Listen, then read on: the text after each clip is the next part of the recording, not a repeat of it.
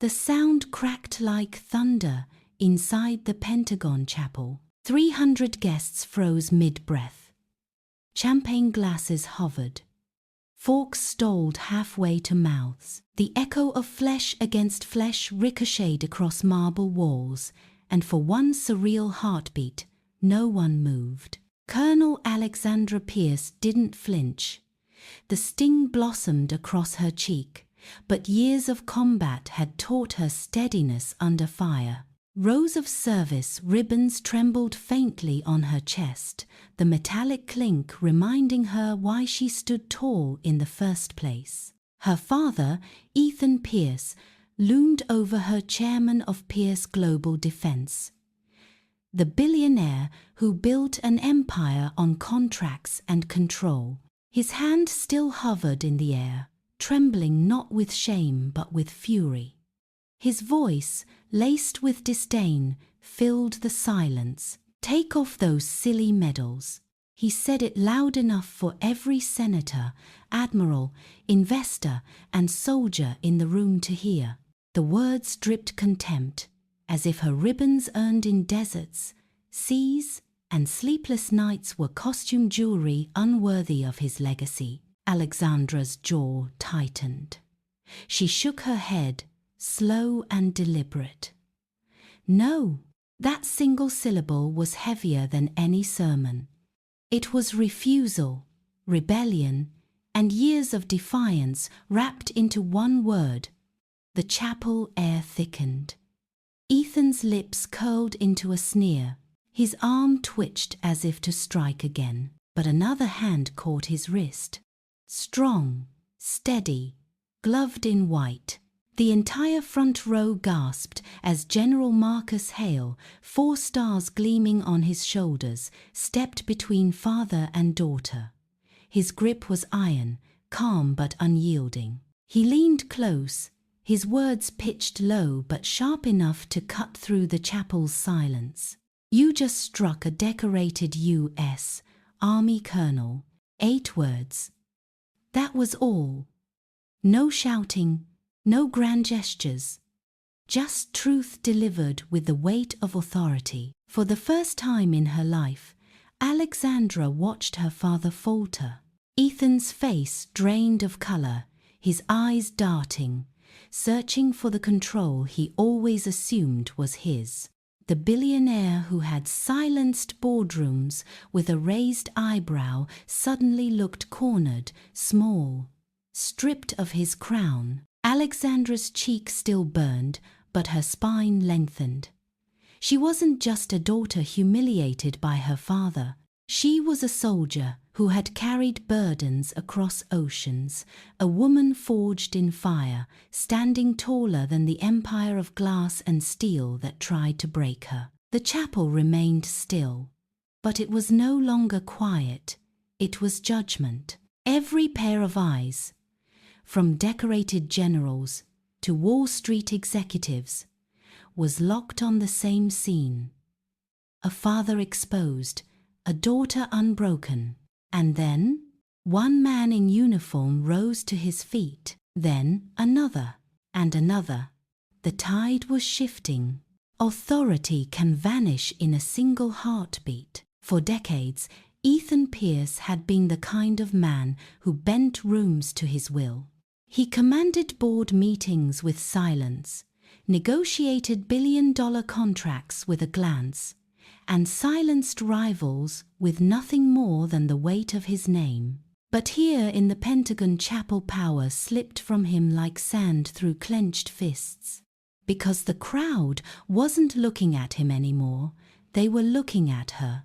Colonel Alexandra Pierce stood tall, cheek still marked red, uniform bright beneath stained glass light. The medals on her chest weren't trinkets. They were testimony, nights without sleep, missions that teetered on disaster. Scars no one in Ethan's world of cigars and silk suits could imagine. Her father's empire was built on money. Hers was built on endurance. Ethan's lips moved, searching for words, for control, but nothing came. And in the silence, the room shifted. One admiral pushed himself up, spine stiff. Then a marine colonel, then a sailor in dress whites. The air was thick with a verdict no judge could declare: solidarity. The sound of chairs scraping against marble wasn't chaos, it was collective judgment. Alexandra's heart hammered, but not from fear. For the first time in her life, she wasn't standing alone. But the moment in the chapel was the product of years that had carved the divide between her father's world and her own. Flashback.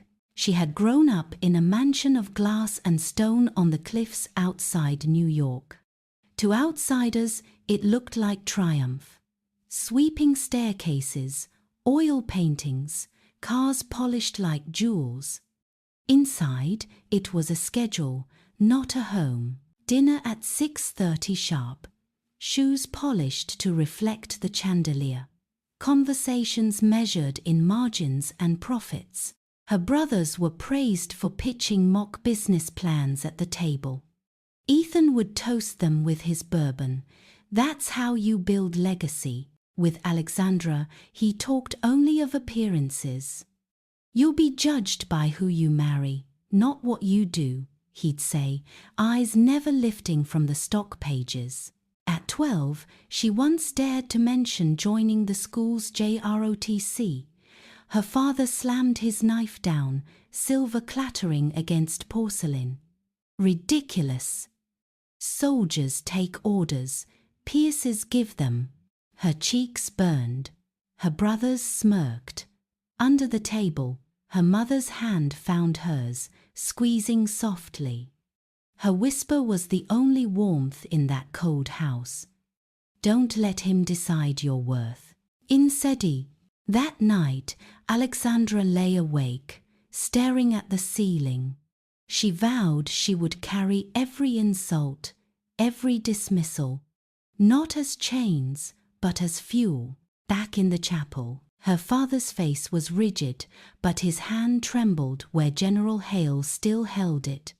Alexandra's eyes swept the room, suits on one side, uniforms on the other.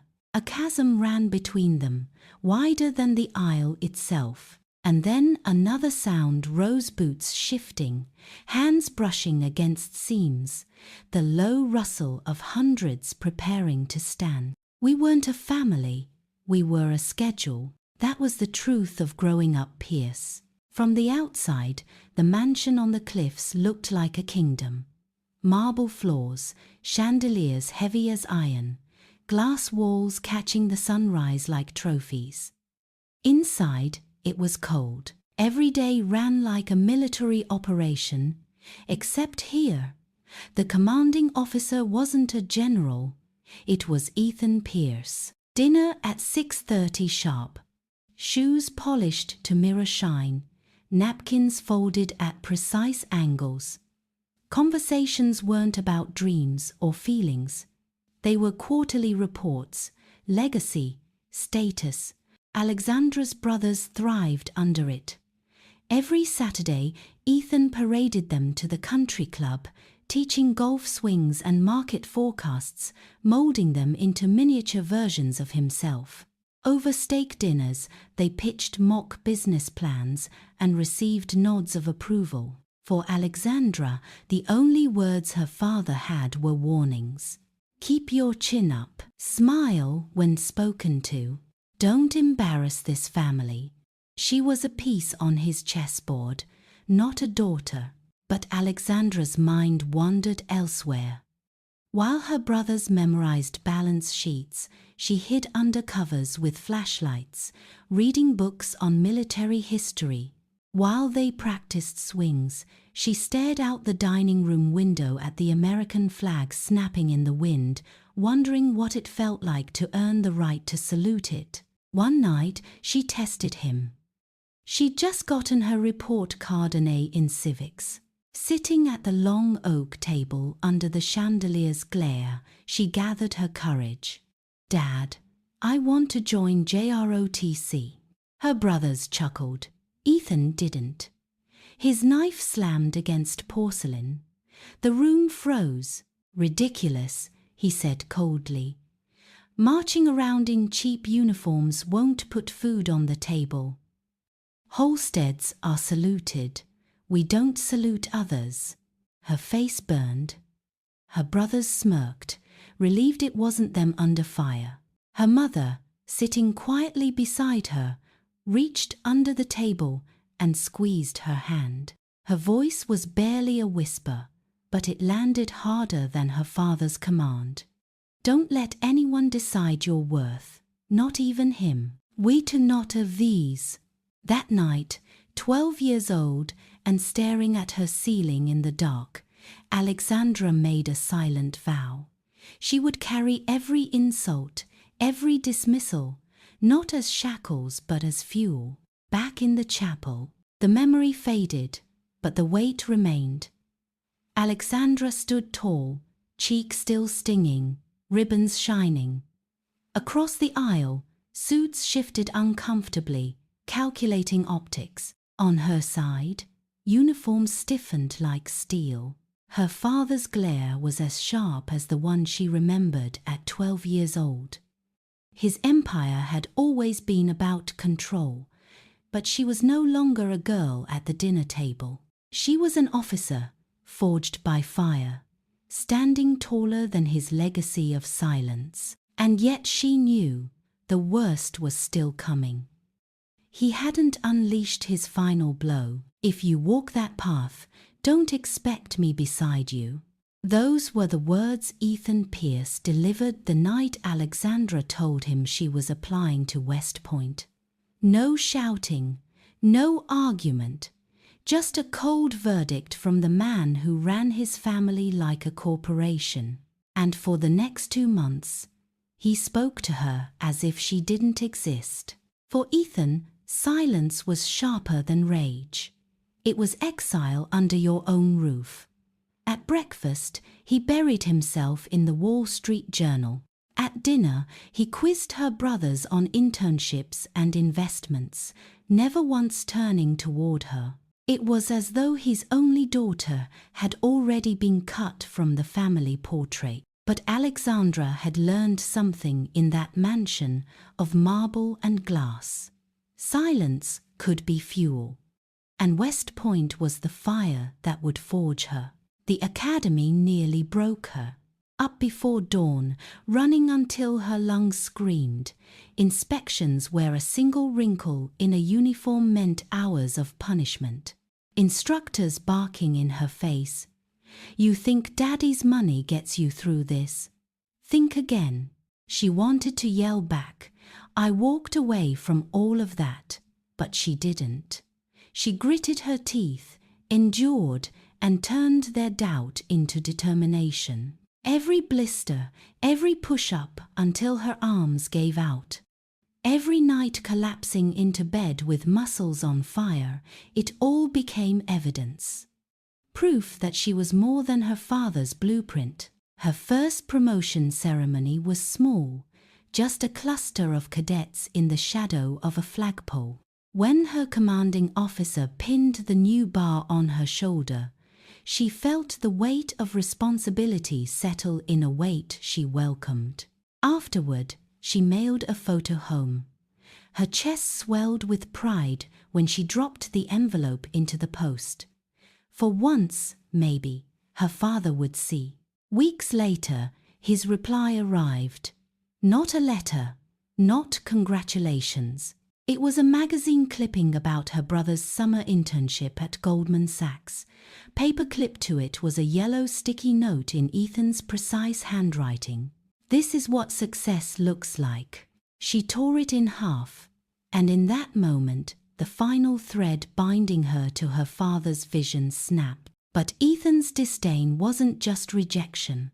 It was challenge. Every dismissal was a dare. You won't last. You can't endure. You're not enough. And Alexandra accepted that dare every single day. Back in the chapel, her father's eyes still locked on her, jaw tense, trying to summon the same control he wielded years ago.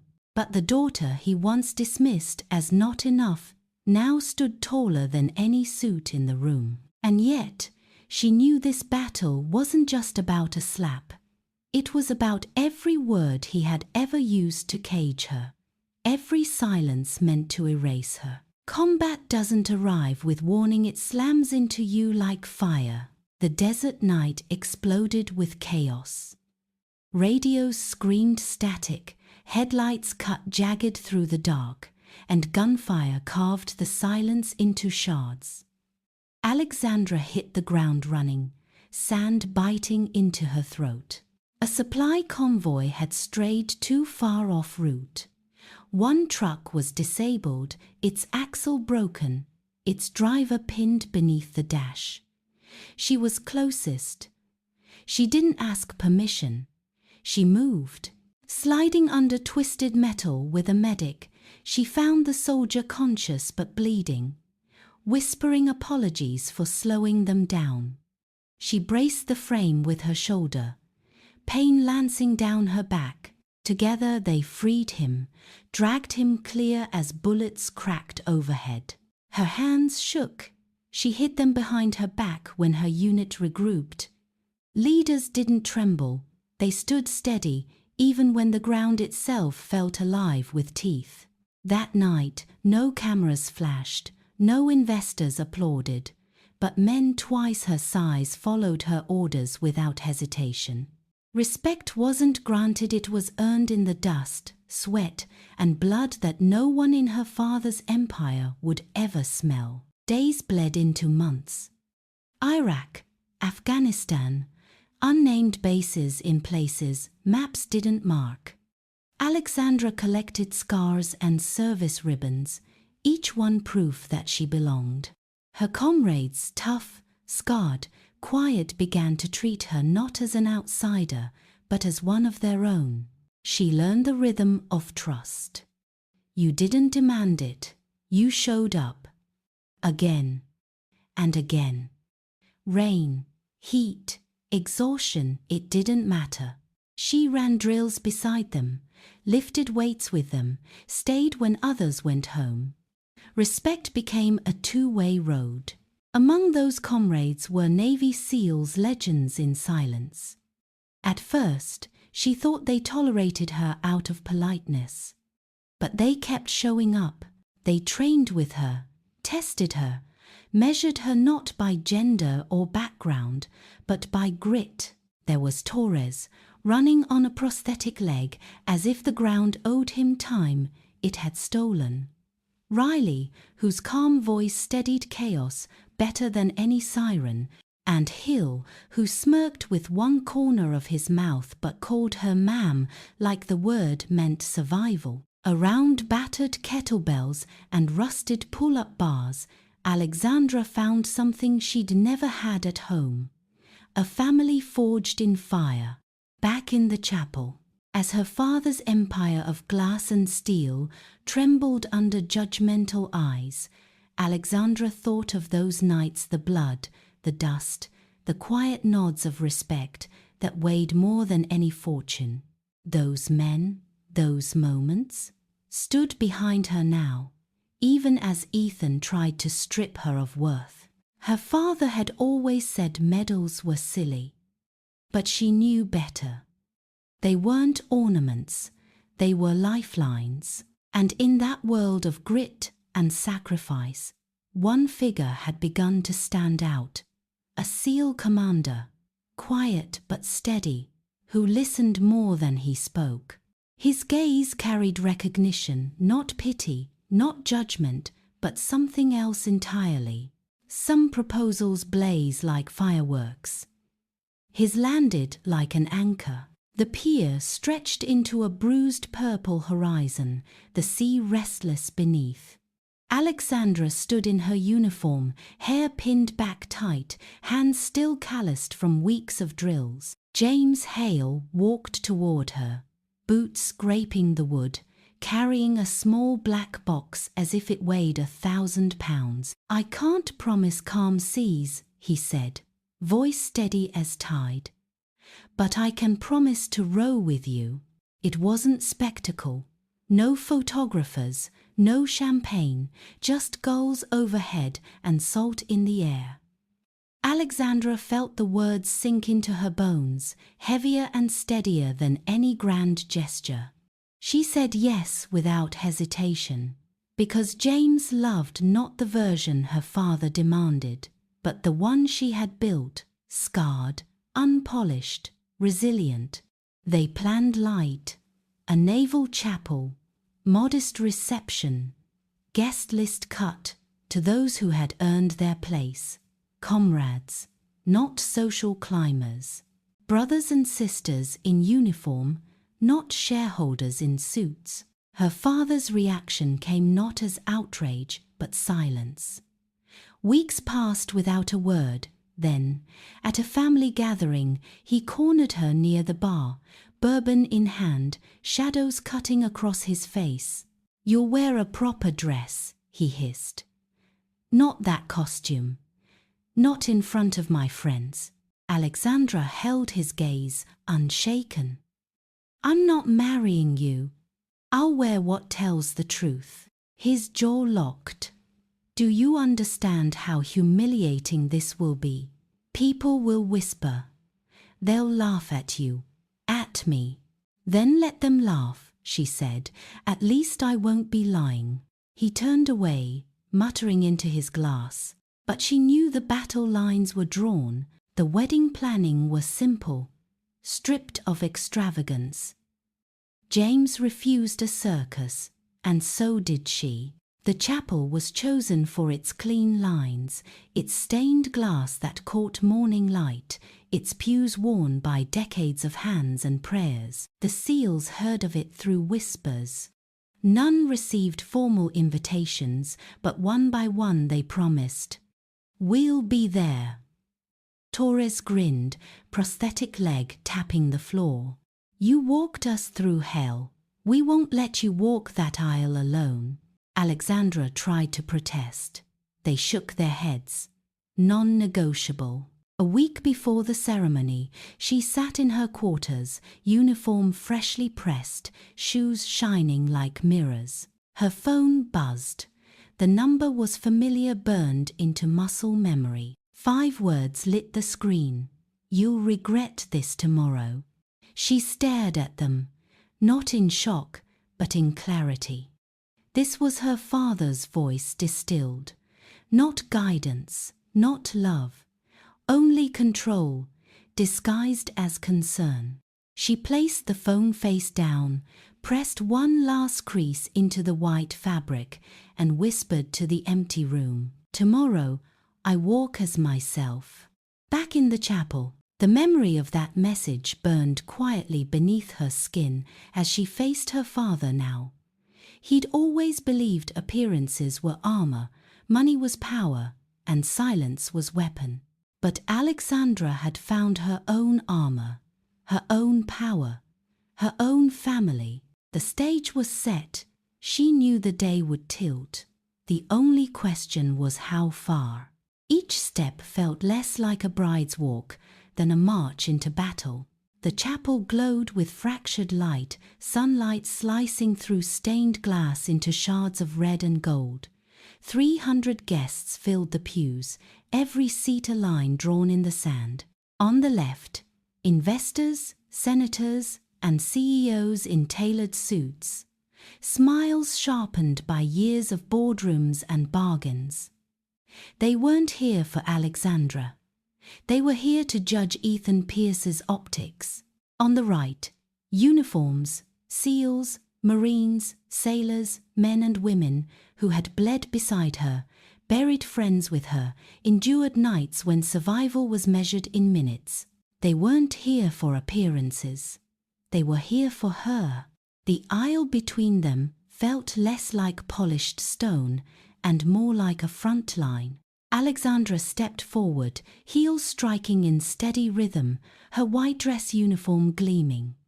4 stars caught the sunlight, ribbons lined perfectly. Whispers rippled through the pews. For many, this was the first time they had seen a bride choose steel over silk. At the altar, James Hale waited.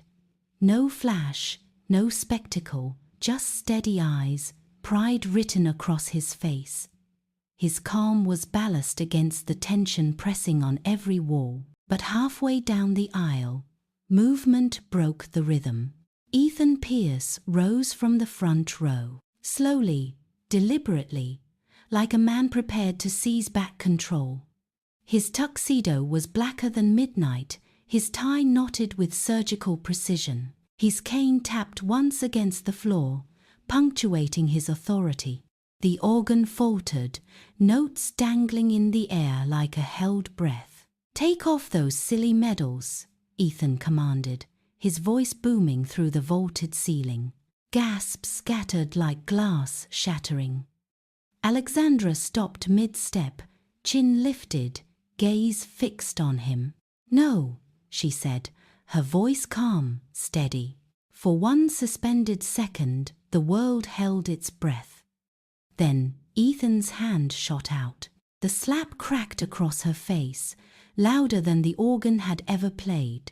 Her head snapped sideways, ribbons trembling, but her footing never faltered. The chapel erupted in whispers, shock, outrage. A glass shattered somewhere in the back. Alexandra straightened, cheek burning, but pride intact. She had endured bullets, mortars, and nights colder than silence. One slap even from her father would not undo her. The air trembled, waiting for what would happen next. 8 words stripped a billionaire of his crown. Before Alexandra could react, a hand locked around Ethan Pierce's wrist.